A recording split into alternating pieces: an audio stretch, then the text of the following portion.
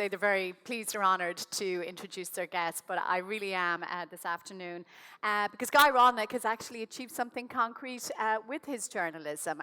He was awarded in 2013 the Sokolov Prize, which is the Israeli version of the Pulitzer, for lifetime achievement, and that was in recognition of how he has changed public discourse in Israel and influenced the government and legislators to undertake significant changes in the structure of the Israeli economy. So this is how journalism can actually change something on the ground. As Zoe said, he's Associate Professor of Strategic Management at the University of Chicago's Booth School of Business, and he was the youngest ever board member of the Haaretz Group. Welcome, Guy, to Ireland. We were sharing a quote there during the week by John Adams: "The preservation of the means of knowledge amongst the lowest ranks is of more importance to the public than all the property of all the rich men in the country." So I guess that's your goal in life. But I want to start off by you explaining about the concentration committee and what it was that you actually achieved in Israel, because this was significant. So Israel basically had a story that 30 years ago, most of the market, most of the economy was controlled by government. And then we had a lot of reforms. And 10 years ago, I felt that basically we are turning from an economy that is controlled by government to an economy that is controlled by oligarchs and tycoons. And we started seeing a lot of concentration. As a founder and editor-in-chief of financial newspapers, basically I saw how this ecosystem is basically threatening democracy, your ability to have free press, your ability to have independent politics and regulation. And we start like 7 years ago to wage a journalistic campaign exposing crony capitalism in Israel, exposing the ideas of concentration, and basically pushing government and regulation to deal with that. And 2 years ago, after a very long and painful and difficult campaign, after one social protest, 2 years ago we were able to push the Israeli parliament and the government to instill a few laws that basically says that the pyramids, the big business that control vast amount of the economy, has to be disintegrated, diminishing their power. And the biggest achievement of this campaign is not only the structural changes in the economy, but what we did basically, we lifted the veil of secrecy, of fear that was in Israel, to talk about a few very powerful people that controlled vast amount of the economy and vast amount of the media, and they had a lot of influence on politicians.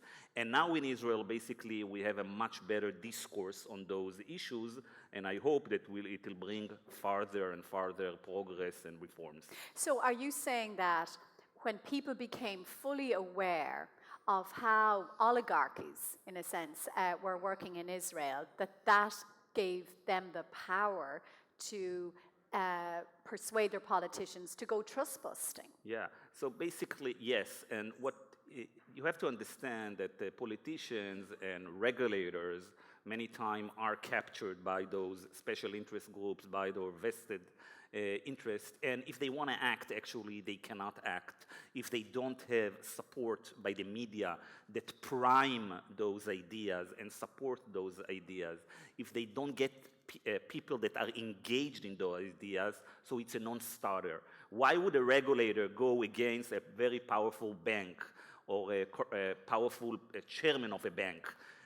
Corrupt chairman of a bank that controls a vast amount of the economy, if he knows that people are not engaged and people don't understand those issues. So you have to engage the people, to enlighten the people. You have to flesh out the information on those issues in order to create an ecosystem that is not controlled only by special interest, by big money, but a system that is representing the dispersed public. Now, presumably there was pushback from the business people when this legislation was mooted. So actually, the pushback was by not the business people, but the oligarchs, which is different, because you have two kinds of business people. You have the business people that are competitive, that are competing and are doing a great job and creating jobs. And then you have the incumbents, big players, the rent-seeking, the monopolists, the cartelists, people who get support from government, people who get protection from government. I believe in competitive markets. I'm not a socialist and I'm not a communist. I believe in competitive markets. I believe in the power of markets. Now, the big business, the people that don't want competition, the way they tried to fight this campaign was using their crony media outlets. And at the first stage, the first people who came attacking us were not the big business, but rather the media that is controlled by big business or is directly or indirectly. Now, after we succeeded, it's much more difficult for that media to support those hidden interests because there is shaming going around. If you support the oligarchs in Israel, you don't feel very comfortable in your newsroom, you don't feel very comfortable with your friends because they expect you now to do the right thing. So you changed the groupthink then? We changed the groupthink, we changed the norms, we changed the culture, and we changed the discourse. And actually, this is the only way for long-term changes, because regulators and politicians are always captured at the end of the day by vested interests. This is what we know from political economy. One regulation that is more difficult to capture is the regulation of norms and culture in the society. Were you disappointed by the reaction of some of your peers when you began that campaign? That journalists themselves were opposing what you were doing? Yes, of course. First of all, I was disappointed at how powerful were those efforts to undermine our work. But as an entrepreneur, I founded a new newspaper media company 15 years ago. And when I went into the market as an entrepreneur, I did see those journalists basically fighting against competition, fighting against new ideas, and many times the consequences and the outcomes of capitalism. And people are looking for reforms, and people are looking for new ideas. And we have to understand that capitalism and equal opportunities and all the benefits of this system are relying on your ability to have impartial arbitrators, impartial regulators, people who set the rules of the game. And if you don't have it, you're not going to have a real capitalism. You're not going to have protection for an inclusive capitalism for the society. And the way to get those things is that you have people that are holding accountable the people in power, and this is media. Without strong and independent media that does not serve vested interest, you won't be able to reform capitalism. Now, what journalists will say is, look, the business model for journalism is broken, there's no money. What you've got now are, perhaps Jeff Bezos would describe himself as some kind of philanthropist, maybe, for taking over the Washington Post so that good journalism can be funded. Is that how you see a move like that? First of all, we'll have to see about Jeff Bezos, because Jeff Bezos controls a huge company in the United States that has a lot of dealing with the government and regulation at the end of the day. So having on one hand a huge conglomerate like Amazon that relies at some point on heavy regulation, in a way regulation or no regulation, and then having to control one of the most powerful newspapers in the world, it's a bit of a conflict of interest that we'll see down the road how it pans out. It is true that the business model of many media outlets around the world is weakening quite significantly because of the internet. But we have more things going here. We have something that is the concentration of media in many places. Like, I arrived in Ireland for the first time yesterday, and I learned that basically the entire media landscape in this country is controlled by two guys and the government. And when I try to ask journalists, can we talk about it? He says, no, we can talk about those issues only abstractly, but there are two guys called Rupert Murdoch and Dennis O'Brien, and we don't want to deal with them. Okay, because if you deal with them as a journalist, you face some consequences. So I see it in many places around the world. So the idea of billionaire as media owner you see as nothing but malign? No. Actually, no, because we have to differentiate, first of all, between companies that are controlled by what we economists say rent-seeking millionaires, and businesses. These are businesses, basically, that the way they compete in the market is by competing in influencing the rules of the game, in influencing government, in getting tenders from the government. Like one of the biggest owners in Ireland, news media, I understand, that made a lot of his money from a tender in the telecommunication center, in the telecommunication market. So the problem is very severe when you have a media outlet that is owned by a large conglomerate that has a lot of dealings with the government and with regulation. Of course, there is a problem when the market is concentrated, where you have a lot of dependence on advertising. So basically, there is no one solution to this, because media is basically the basic fabric the basic fabric of our society. We have to reform media. We have to reform the concentration of markets, which is hugely important.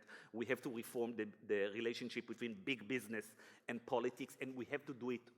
We have to do it all at once. Media people, journalists, should be change agents. They should not be supporting the status quo. And when I go around the world, many times I see that a lot of journalists, even the top journalists many times, are part of an equilibrium. They let themselves fight and be very vocal about a lot of issues. This is okay, but there are few key issues about concentration of power in the business sector, in government, and relationship with media. They don't want to talk about those issues. And these are the issues that we should focus on. So is the fault then with the journalists? I mean, I can make it personal. I mean, for me, I resigned from the Sunday Times over an issue of editorial interference to do with European issues. And I wrote about it afterwards, which, amongst other things, hasn't done my career much good. But I get frustrated when I hear other journalists tell me stories that their work has been interfered with. And I say to them, but you've got to tell people. There's no point resigning from paper one and moving to paper two if you don't tell anybody about it. But they're afraid, and they often have good reason to be afraid. So do you judge those journalists for their lack of transparency, or do you have compassion for the genuinely sticky position that they find themselves in? Both. So I had the same experience in Israel, and I see it in other countries around the world. Off the record, you hear stories from top journalists, from journalists about self-censorships, about you can talk a lot about issues. You know, you can talk about what we call in the US wedge issues, you know, right, left, abortions. This is okay, but when you talk about where the power really rests, and when you talk about media and big business and about those issues. So basically, what I expect from journalists, first of all, I don't expect from journalists really to sacrifice if they can't find a job and there are only two guys in town, I wouldn't expect them to go against those people and then be unemployed. But I meet a lot of journalists that left this world, that used to work for those companies. There are journalists out there and editors out there that they can't talk. But somebody has to come and convince them to talk and convince them to share it with the public. We need agents of change in the society that understand that media is a key pivot in this democratic game, and we have to have people that are engaged in it all the time and are working and are campaigning on those issues. And one thing which is very useful to do when you go on these issues, don't make it a right or left issues, because this is the way to delegitimize it and call it political. You have to say it's the right and the left that are supporting this equilibrium. You know, we just have a few minutes left, and I wonder, does anyone in the audience have any questions? No? Oh, yes, please, yeah. The examples that you've given are mostly national companies, national press companies. Is this cronyism also true in local publications, in your experience? Yeah. Or perhaps do they now represent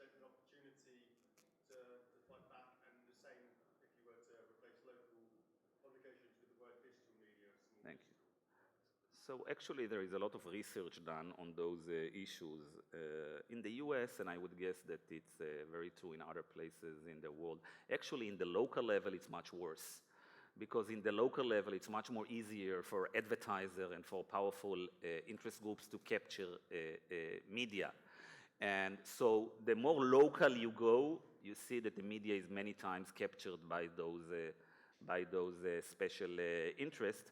And usually, you have to have a very powerful independent media outlet that basically can go and do the very costly, expensive, and long and unrewarding financially work on investigative journalism. Because the truth of the matter here that we have a market failure here, because investigative journalism, which is the most important part in media, is the only part in the media that basically has negative returns. It doesn't really bring a lot of readers. It deters away the advertisers, and it gets you a lot of trouble. Sometimes legal troubles, sometimes troubles with the most powerful people, with the banks, with the advertiser, with the government.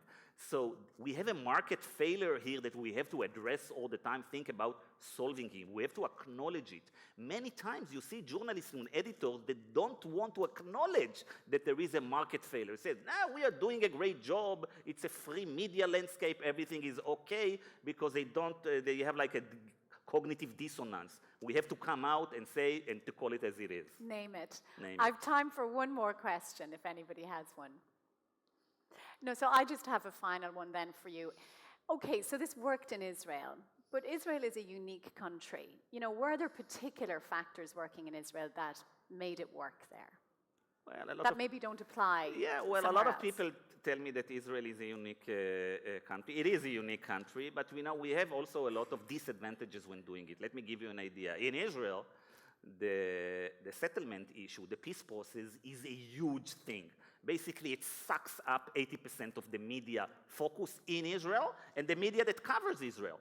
So for many years when myself and my journalists in the market were waging this campaign, a lot of people came to us and we say, how can we talk about crony capitalism in Israel that we haven't solved the big issue of peace process in Israel, and so on. So there are always unique characteristics to people, the way they want to diminish and the way they want to suppress this discussion. I think there is advantages in a small country where basically if you are determined, you can reach a lot of people very, very fast and get people together. And I think there are advantages also in big countries because you have economies of scale in big countries. You can have a lot of, if you're starting a new business in a very big, large market, even if you have a lot of people that don't want you to succeed, even in the niche, you can succeed financially. So I think that in big countries and in small countries, in the first world, in the developed world, I don't think you can do a lot of stuff about it in the third world or in the emerging markets. Because in the emerging markets like China and like India and everything, as long as the economy is growing very fast, very difficult to go against crony capitalism because people tell you it works. You see, crony capitalism works. But when you reach the frontier of technology, as we are in most OECD countries, then the high cost of crony capitalism becomes more conspicuous to the people. Okay, Guy Rolnik, ladies and gentlemen, Thank many you. thanks for joining us today. Thank you.